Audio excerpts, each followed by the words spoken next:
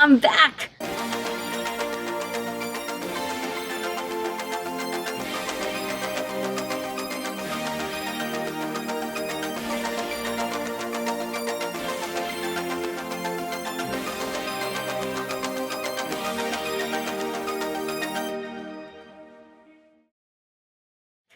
Hello everyone, it is so good to see you again. I am so excited to be back in action at the vineyards here in Yountville at a winery I've actually never been to before because it's sort of brand new, although it is a vineyard I am familiar with courtesy of my friend Chris Phelps. I am here at Brion Winery on the Sleeping Lady Vineyard, which is located in Yountville, just sort of a stone's throw from Dominus, and this is a project I've been really excited about. I've heard whispers of it, but I haven't gotten to taste the wines yet. It's one that you're probably going to be excited about, but we're also on the upper echelon of wine tasting, so if you're looking for something that's a little bit more premier, a little bit more premium, this is probably going to be one you want to know about. Now, first things first, the Sleeping Lady Vineyard is in Yountville, like I said, but I was first introduced to it by Chris Phelps, who has been affiliated with this vineyard for quite some time. Now, Chris was the winemaker at Dominus for many years. He moved to Camus. He's done lots of other things, but he makes one singular wine called Ad Vivum, and that's coming from this vineyard here.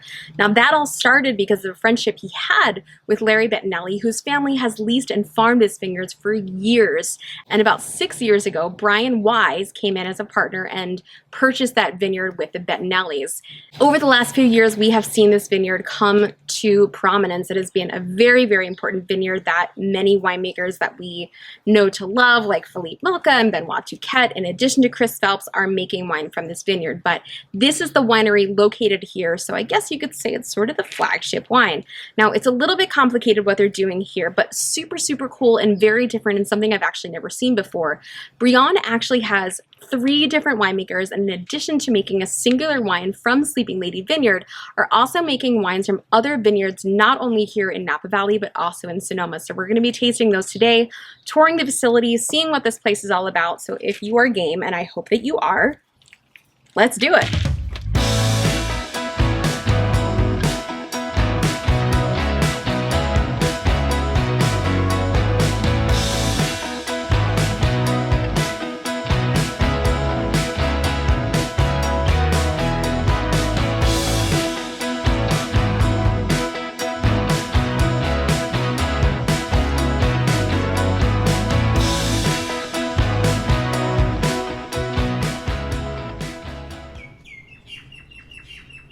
A little bit about the property. Brion came in about 8 years ago as a partner with the Bettinellis to not only acquire this property and vineyard and buildings and everything, which is about 105 acres. Wow. About 52 planted to Sleeping Lady Vineyard. He also partnered up to kind of be the resources to develop Upper Range. Right. And so I'm sure you've heard about Upper Range. So it's still a little top secret, but it's going to be hopefully something pretty important in the future. And then they've also taken over some other vineyards. So now, you know, Brion's and the Bettinelli's partnership oversees about 400 to 500 acres of vineyards in Napa. And so that gives us access for Brion. Michael toured me through the facility, which had been completely renovated to make it not only suitable for winemaking and hospitality, but also keep the structural integrity of the original barn. The wood panels were taken down one by one and numbered before reconstructing. In addition to tasting the Brion wines, guests can enjoy a tasting of Brion's other label, Be Wise, up here overlooking Sleeping Lady Vineyard. Pretty great views, huh? Now, down to the barrel room. How cool is this? I'm in the barrel room right now, and I'm sure you've seen a few barrel rooms in your time. I have too, but this is really special because not only do I have a direct look into where I'm going to be tasting and vice versa back into the barrel room, they actually have their own master cooper, someone who makes barrels just for them. So if you visit here and you get to see the name Ramiro Herrera on the barrel, that's the person that makes their own barrels. He goes to France, picks out the trees that he wants in the forest, makes his own barrels, and they're done especially for this place. It's pretty rare, not just for Napa Valley, but like for the world.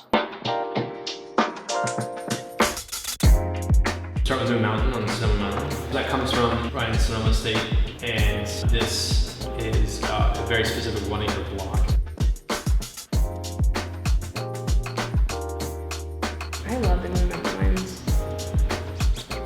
I am loving this place, aren't you guys? It is so beautiful and quiet. You can even hopefully hear the birds chirping in the background, but I love all the different experiences you could have here. You could be up in that tasting area where I just was, up in the barrel room overlooking Sleeping Lady Vineyard.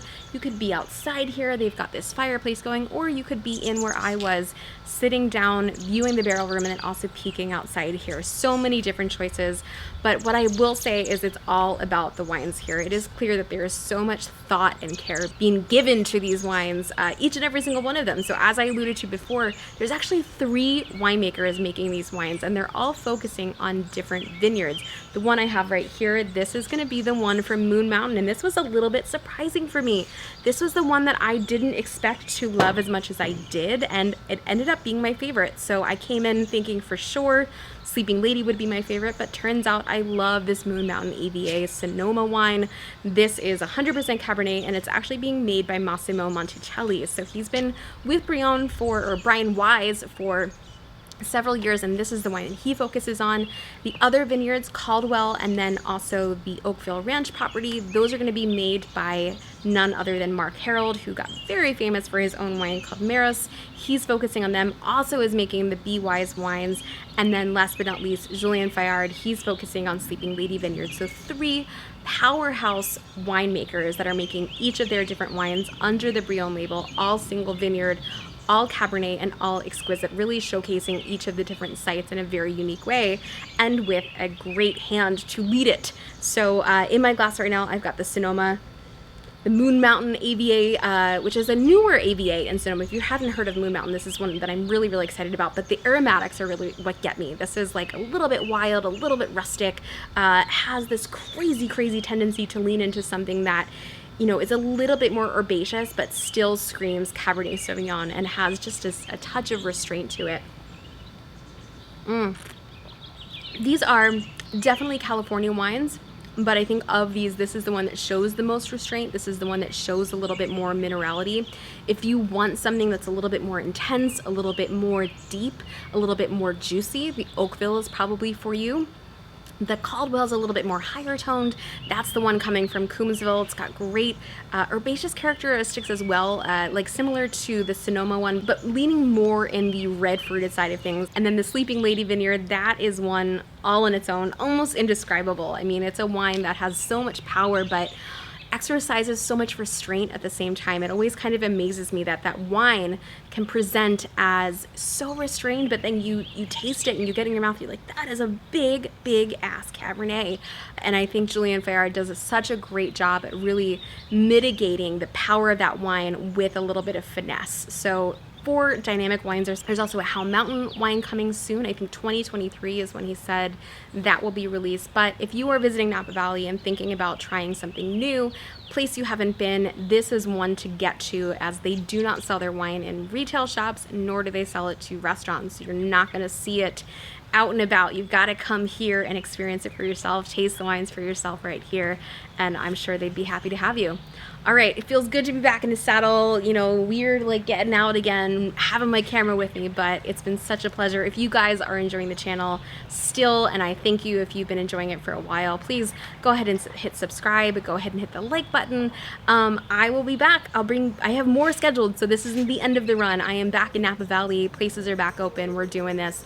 It's gonna be awesome. I'm really looking forward to it. Okay, bye.